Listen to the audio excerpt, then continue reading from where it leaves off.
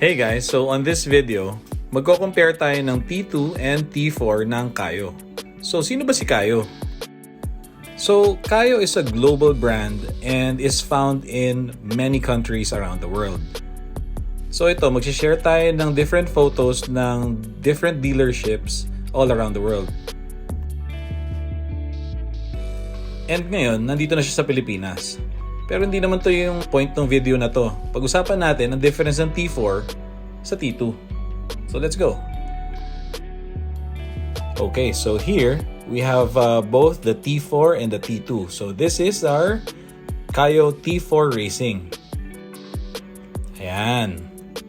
And right beside it, we also have the Kayo T2, which is a lower model than our T4. This is an entry-level bike. Okay, so let's go ahead and start by talking about the suspension. So dito sa T4, the suspension is from FastAce. So it's a third-party manufacturer that is proven in races already. So the main advantages of the FastAce suspension is of course tunability. So here, you will see there is an adjustment for the slow and fast speed compression. Alright, and down below, here you will find the adjustment for the hard and soft rebound adjustment. Ayan, dyan yan, sa ilalim. Okay, so now, we move on to the T2's front suspension. So sa T2, makikita nyo, walang adjustment, right? So there's no way you can change the setting for the compression. Same with the rebound. There's no adjustment here. It's still inverted forks, which is still good suspension, but there's no adjustability. So balik tayo sa T4. Sa T4, even the rear shock is fully adjustable. Ayan, so para ma-adjust mo yung rear shock mo, kailangan mo lang tanggalin yung side cover. So kita mo, FastAce din ang brand ng shock mo.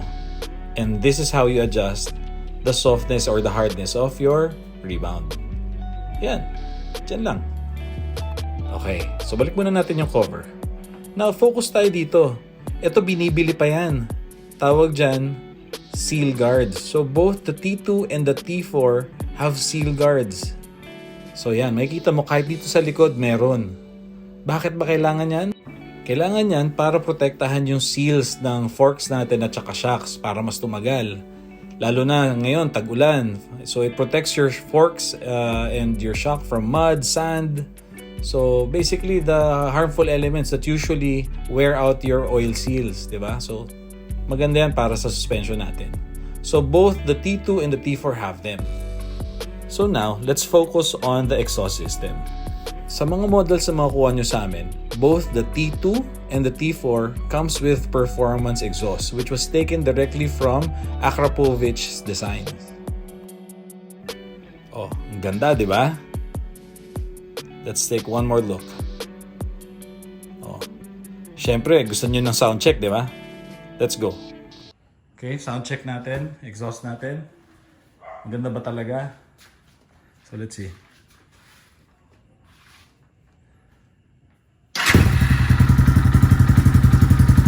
Ganda ng cranking power talaga ng lithium ion. So, medyo malamig, so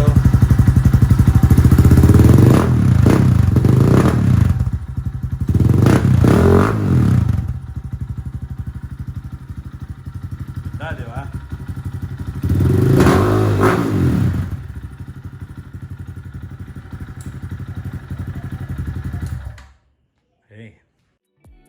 Okay, so now let's move on to other differences between the two. Okay, so this time, focus naman tayo sa rims. So the T4 has black rims, front and rear, while the T2 has the aluminum colored ones. Silver, pero aluminum pa rin. Function-wise, walang difference yan. But aesthetically, ang black binibili pa talaga yan because it gives you that race or factory look. Okay, so now sa spokes naman tayo. So the T2 has the standard spokes, so yung regular spokes natin available in the market. While our T4 has the heavy-duty spokes and nipples. So mas matibay, di ba? Heavy duty eh. The next difference we're gonna talk about are the brakes. So tignan natin tong kay T2. So T2 has smaller disc rotors. See? So that's the size front and back versus the oversized rotors of the T4. So bigger brakes ang T4. So bakit ba importante yun? So aside from better braking power, mas maganda rin ang heat dissipation nito. Meaning, hindi basta-basta mag-fade ang brakes mo. Mas safe, di ba? Now let's move on to the hubs. Ang hubs ni T2 is made out of cast aluminum, whereas the T4 is made out of CNC aluminum. Not only does it mean it's stronger, it also looks way better. Super cool, di ba? Okay, so now balikan lang natin yung differences nung brake rotors. So we're not looking at exact numbers here, estimate lang to. So here we're looking at the T4's rear brake at close to 10 inches. And now moving on to the T2. Let's see. So it's almost 9, right? So malaking difference. Okay, so clearly the T2 and the T4 has so many performance differences, especially for those who are really into riding. So now, let me go ahead and share a few things naman na meron both that normally you wouldn't find in other bikes. So let's start with the rim locks. So ito sa front. So yan. Ito yung rim lock natin. So may rim lock na tayo sa front and we also have one on the rear. So both the T2 and the T4 have them. Next are the tires. Sobrang kapit. It rained the whole week. Pero nung Sunday, nag-perform to. Inakyat lahat ng mga uphill. No problem. Guys, watch the demo video na lang nung trinail namin to. And tell me if I'm wrong. Oh, and by the way, another difference nga pala ng T2 is the T2 doesn't have the disc guards. So, front and rear doesn't have one, whereas the T4 has the rear disc guard and the front disc guards. Okay? Yan. Ang ganda, di ba? So, another thing that you don't have to buy anymore kasi meron na tong T4. So, another good thing about these bikes are their foot pegs. This gives the rider extra confidence because it makes them feel planted because they have a better platform when standing on the bike. Gives them more control, di ba? So, for other bikes, you have to buy this pa. Dito, both the T2 and the T4 has them. And since we're talking about controls, let's go ahead and check out the shifter. So, yan. See? The shifter comes with a foldable shift lever. So, kahit na madaan ka sa ruts or tumama ka sa rocks, okay lang. Safe ka dyan. Hindi basta-basta mabibend yung shifter mo. Okay, so dito tayo sa handlebar. So, this is your start button. On your right and on your left is the kill switch. So that's the same for the T4 and the T2. So there you go. That's your starter button. And that's your kill switch. And of course, this is your ignition. Okay. Next, the tank. Right? The gas tank has a capacity of 10 liters for both bikes. That means more trail riding and less worrying about losing gas. Next, let's talk about the seats. So the seats really have a flat profile, which means better body positioning, better control of the bike, right? So the rider can move forward or backward depending on the situation. Really good design if you ask me. Okay, next is the engine.